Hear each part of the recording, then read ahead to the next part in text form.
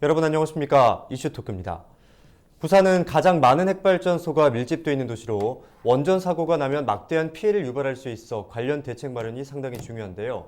최근 부산시의회에서 후쿠시마 원전 오염수 및 방사성 누출 사고에 대한 부산시의 대책을 요구하고 나섰습니다. 이 시간에는 원자력 시설 방호 및 원전 사고 대책과 관련한 부산시 정책에 대해서 살펴보겠습니다. 이번 시간 김민정 부산시 의원과 함께합니다. 어서 오시죠. 네, 안녕하세요. 네, 반갑습니다. 최근 가장 논란이 되고 있는 것이 일본의 오염수 방류 결정입니다. 이번 결정을 두고 지역 각계각층의 비판의 목소리가 상당히 높은데요. 부산시의회는 지난 임시회에서 오염수 해양 방류 결정을 철회하는 결의안을 채택하기도 했는데요. 결의안에는 어떤 내용이 담겼습니까? 이 결의안 같은 경우에는 이제 정부가 이제 일본에 대응할 수 있는 여러 가지 것들을 제안했는데요. 예. 일단 저희 같은 경우에는 이제 시민사회나 이제 정부에서 요구하는 것들을 이제 전문가들하고 같이 협의를 해서 안전한지 안 한지 검증할 수 있게 해달라라는 요구도 있고 또 국제해양법재판소에 제소를 해서 그 예. 부분에 대해서 일단 임시 정지를 시키고 그 다음에 이제 이 부분에 대해서 국제사회가 같이 공조해 나가는 방안이라든지 법적인 제도 부분에 있어서 국제법에서도 대응을 할 수 있도록 요구하고 있고요. 또 저희가 정부에서는 수산물 같은 경우에 굉장히 우려가 되기 때문에 이후에 발생할 문제에 대해서 지금 현재부터 자료를 좀 조사를 해서 예. 문제가 발생했을 때 일본의 손해배상 정도를 할 수 있을 정도로 자료를 미리 구축하자는 내용도 담겨 있습니다. 네. 아무래도 사안이 심각한 만큼 그에 대한 대비책을 또 마련해야 할 것으로 네. 보이는데요. 시정질에서는 박경준 시장에게 오염수 방류와 관련한 질의도 하셨는데 부산시에서는 어떻게 대응을 하겠다고 밝혔습니까? 부산시에서는 의회에서 제안한 결의안대로 이제 정부에 제안을 하기도 하고 예. 또 5개 지금 시도가 같이 협력을 해서 이 부분에 대해서 정부가 협력해 나가겠다. 그리고 수산물에 대해서 그 방사능 안전이라든지 이런 부분을 좀 더 철저하게 검증하겠다라고 답변을 했습니다. 네. 그리고 또 후쿠시마 원전 사고가 발생한 지 이제 10년이 지났습니다. 정부는 그때 그 사고를 교훈 삼아서 원전 안전 강화 대책을 추진했는데요. 이제는 원전 사고에 대해서 경각심을 조금 높일 필요가 있다 이렇게 생각이 되는데 방사능 노출 위험성에 대해서 한번 짚어주실까요? 사실 이 방사능은 지금 현재는 안전하게 관리가 돼 있다고 저는 생각을 하고 있습니다. 네. 그런데 이제 해체 계획서라든지 해체 연구소라든지 새로운 연구를 하게 될 텐데요. 예. 그렇게 됐을 때 이 방호막이라든지 방사능이 유출되었을 때 이 제대로 이걸 검사할 수 있는 검증 제로라든지 이런 게 시민들한테 좀 공개가 돼야 되거든요. 네. 그런데 아직까지 그런 부분에 있어서 해체 계획서나 이런 걸 보면 시민들에게 제대로 공개되지 못하고 기업 기밀이라는 이유로 사실 블라인드 처리가 많이 되어 있기 때문에 네. 그 부분에 대해서 저희가 안심할 수 없다는 거죠. 그러면 안심할 수 있는 자료를 주고 근거를 줘야 되는데 그냥 막연하게 안심해라고 하면 안 될 것 같습니다. 그래서 네. 후쿠시마 사고를 보고 나면 지금 말씀하신 대로 경제적인 문제로 전 세계 바다를 오염시킬 수 있는 문제도 생길 수 있고요. 예. 또 저희 같은 경우에는 삼중수소라든지 방사능에 유출될 문제들도 있고 폐기물 문제도 있기 때문에 심각하게 정부에서도 부산이나 혹은 그 피해를 직접적으로 보일 수 있는 저희 기장이나 그런 주민들하고 협의를 해야 된다고 생각을 합니다. 네. 그리고 정부도 공개가 철저하게 돼야 되겠죠. 네. 이 말씀하셨듯이 해체 계획서에는 이 정보들이 투명하게 공개되지 않았기 때문에 네. 시민들이 좀 납득할 수 있을 만한 좀 신뢰성 있는 정보를 제공해야 한다 이렇게 생각이 되거든요.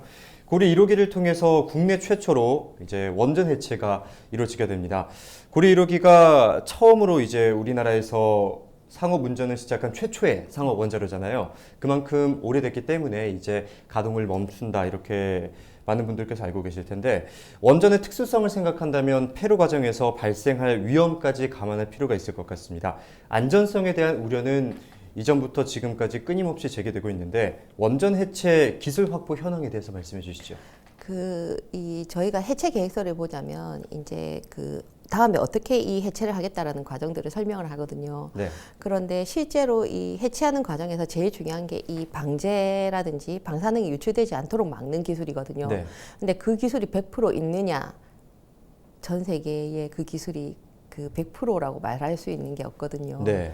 저희 과학 기술이 발전하고 있지만 아직 그까지는 아니고 네. 이제 한수원에서 얘기하는 바로는 한 80%에서 90%는 확보를 했다라고 얘기를 하지만 저희는 그러면 10에서 20%의 그 막연한 가능성에 대해서도 우려를 할 수밖에 없고요.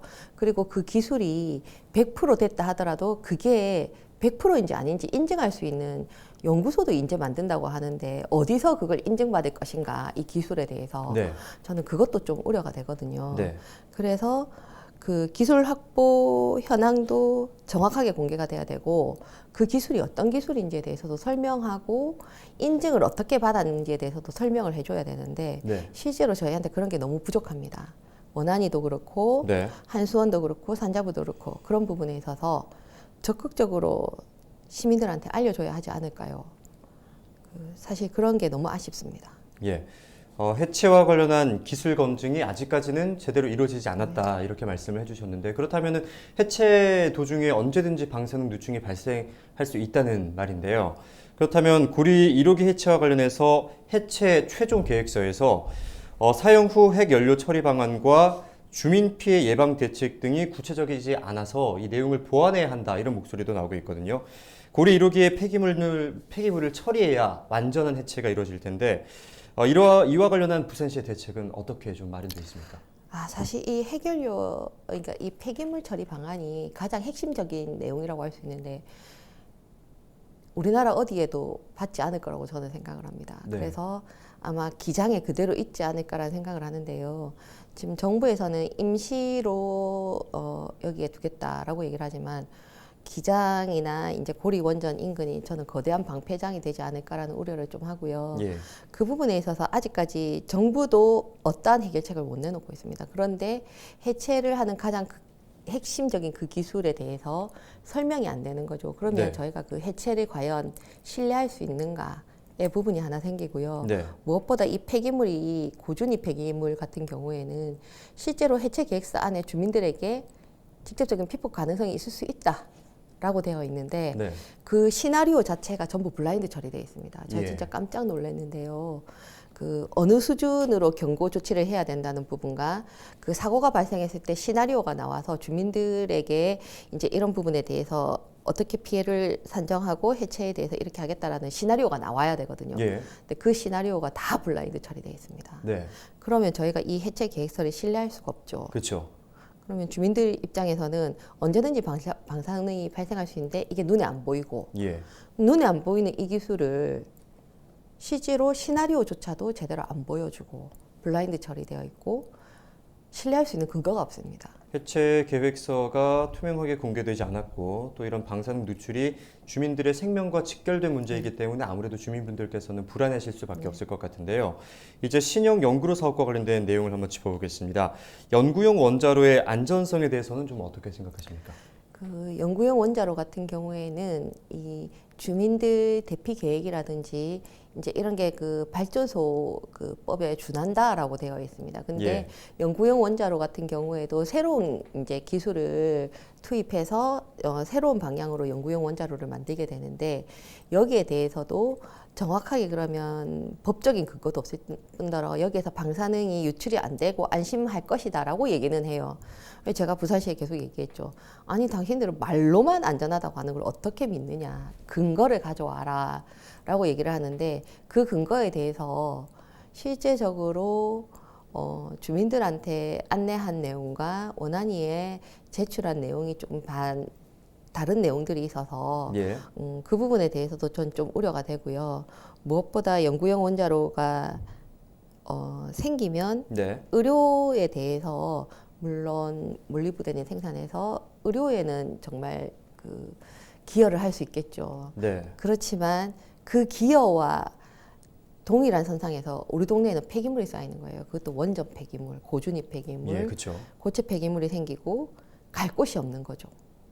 그러면 우리 주민들은 모두 국민들의 이 의료를 위해서 희생을 언제까지 해야 되느냐라는 부분이 있고, 그렇다면 주민들이 안심할 수 있게 방사능이 유출되는 것에 대한 감시라든지 이런 게 명확하게 계획이 나와져야 되는 거죠. 그래서 부산시에 저는 그런 계획을 요구를 했고, 또 그러니까 주민이 피해가 생겨서 대피할 때에 방호 물품이라든지 그 외에 여러 가지 물품들을 그러면 연구용 원자로를 만드신 분들이 대비책도 만들어내야 된다는 거죠. 예산도 투입해야 되고 예. 그런 부분을 시가 좀 더 적극적으로 해주기를 요구를 하고 있습니다.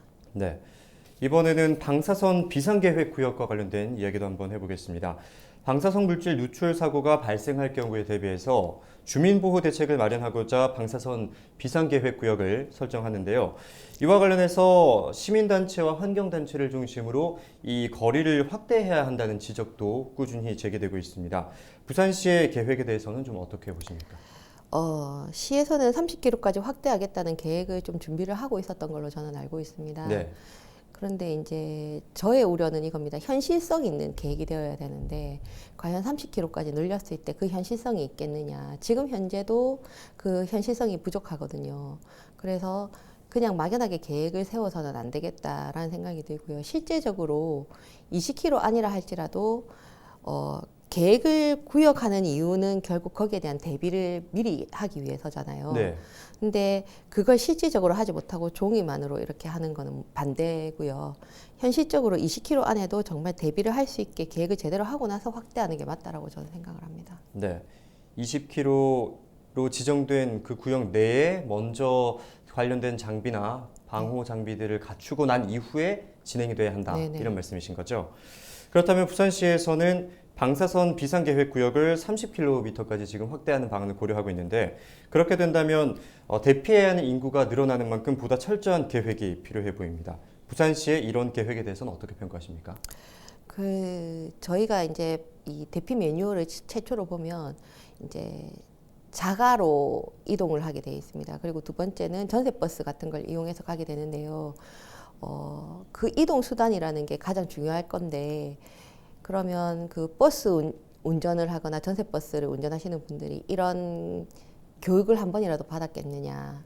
그리고 전세버스 업체들하고 예. 그런 계약이나 협의가 되어 있느냐라고 물었을 때 전혀 협의가 돼 있지 못하거든요. 예. 그러면 사고가 났을 때 민간인한테 가라고 해서 갈 수 있겠느냐.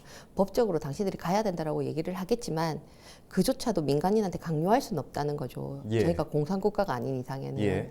그렇다면 현실성이 하나도 없는 거죠. 종이상의 계획인 거예요. 여태까지 국내에서는 소형 크기의 이 연구용 원자로를 해체시켜 왔던 적은 있지만 상업용 발전소 해체는 처음이기 때문에 아무래도 주민분들께서 불안해하실 수밖에 없고 또 원전이 가장 많이 밀집되어 있는 도시가 바로 우리 부산 지역입니다. 그렇다면 다른 지역의 사례를 한번 살펴볼 텐데요. 다른 지역의 경우는 원전 안전 대책들이 좀 어떻게 마련되어 있는지 말씀해 주실까요? 그 사실 일본이 굉장히 철저하게 준비를 했다고 생각하는데 자연재해 앞에서 누구도 그 대비책을 세웠다고 할 수는 없을 것 같거든요. 예. 그래서 저는 그 체르노빌을 봐도 그리고 후쿠시마를 봐도 굉장히 환경이나 인간의 삶에 큰 영향을 미치기 때문에 다른 나라에서 아무리 준비를 많이 했다 하더라도 체르노빌은 결국 사고가 났을 때 사람이 다 들어갔거든요. 네. 그래서 그 이후로 굉장히 많은 사람들이 힘들어하고 지금 아마 그 당시에 어린이들이 지금 문제들이 계속 생기고 있는 걸로 알고 있거든요. 암도 발생을 하고 비결병도 발생을 하고 저는 다른 나라에서 아무리 대책을 세운다 하더라도 그 대책이 완벽하지 않더라는 교훈을 저희한테 준 거죠. 그래서 저희도 거기에 대한 대비를 좀 더 철저하게 하지 않으면 피해가 더 클 거기 때문에 네. 철저하게 대비하는 것만이 지금 현재는 어쩔 수 없는 현실의 대책이지 않을까라고 생각합니다. 네, 고리 1호기 이어서 2호기도 폐로를 앞두고 있습니다. 원전이 자리하고 있는 지역에서는 원전 지원금과 지역자원시설세 등으로 지역 경제를 유지하고 있는 만큼 지원금 감소에 따른 대책도 필요할 것 같은데요. 여기에 대해서는 어떻게 생각하십니까? 그 원전 지원금이나 지역자원시설세 같은 경우에는 원전이 운행될 때 나오는 지원금이거든요. 네.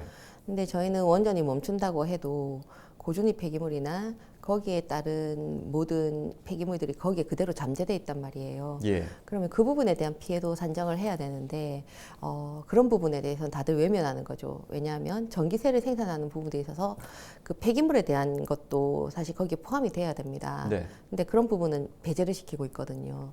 그러면 지역 주민들은 여전히 그걸로 피해를 보게 되는데 그 부분에 대해서 외면을 하고 전 국민의 전기세를 위해서 그러면 부산 시민과 기장 주민들은 계속 피해를 당신들이 그냥 않아라라고 하는 건 너무 이기적인 거죠. 네. 그렇다고 한다면 저는 수도권에서 이 폐기물들 다 가져가든지, 그게 아니라면 전기세나 그 외에 다른 부분을 보완을 해서 지역 주민들한테 그만큼 보완을 해주고 방호나 방제 물품이라든지 안전에 대한 대비를 할 수 있게 해줘야 된다고 생각합니다. 네. 사고를 미연에 방지하도록 원전 안전을 강화하는 것이 또 무엇보다 중요하겠지만 방사성 물질 누출 사고에 대비하는 것도 필요해 보이거든요. 지역의 안전을 위해서 부산시에서 우선적으로 마련해야 할 대책들에는 어떤 것들이 있을까요? 저는 수도권 위주의 사고가 너무 위험하다고 생각을 하거든요. 네. 이렇게 지역에 원전을 최대한 많이 갖다 놓고 당신들은 전기세를 싸게 쓰고 있잖아요. 그러면 그 폐기물이라든지 여태 발생할 수 있는 문제에 대해서 함께 고민해야 되는데도 자기들 문제가 아니라고 생각하는 안이한 자세가 너무 주민의 입장으로서 위험하다고 생각하고요. 그 부분에 있어서 부산시가 적극적으로 의견을 개진해야 되고, 그게 안 된다면 사실 부산에서 오히려 원전 폐기물을 수도권으로 가져가라고 요구를 하는 것도 필요할 것 같습니다. 그래서 함께 이 문제를 고민해야 되지, 그 논의 구조가 힘들어진다고 부산을 배제하고 시민들을 배제하고 가는 부분에 있어서는 네. 저는 정부가 다시 한번 생각해야 되지 않나라고 생각합니다. 네.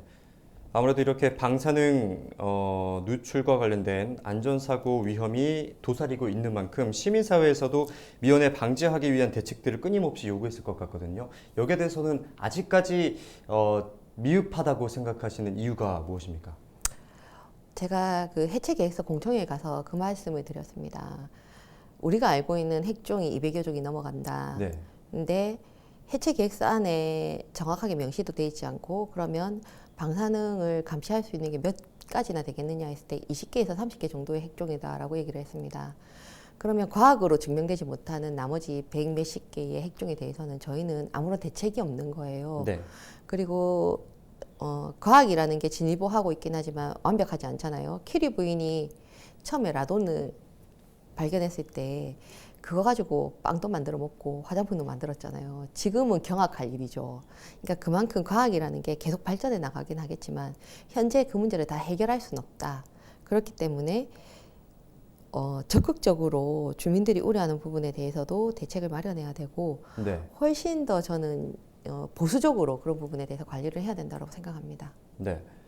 그렇다면 부산시와 또 시의회에서는 이 구리 원전 해체를 비롯한 원전 해체 방안에 대해서는 어떻게 방향을 좀 설정해야 한다고 보세요? 그 원전 해체를 하더라도 네. 그 제가 아까 말했지만 해체 계획서 안에 블라인드 돼 있던 내용들을 주민들에게 공개를 해야 되고, 네. 그 부분에 대한 안심을 시켜줘야 되고, 또 방사능이 유출될 수 있는 가능성에 대해서 충분히 감시할 수 있는 체계를 만들어줘야 되고, 방제 물품이나 이런 부분에 대해서도 지원이 충분히 돼야 된다고 생각합니다. 네. 아무래도 해체와 관련된 논의가 뜨거운 만큼 대안과 방안을 충분히 논의해야 하는 시점이 아닌가 생각합니다. 오늘 자리해 주셔서 고맙습니다.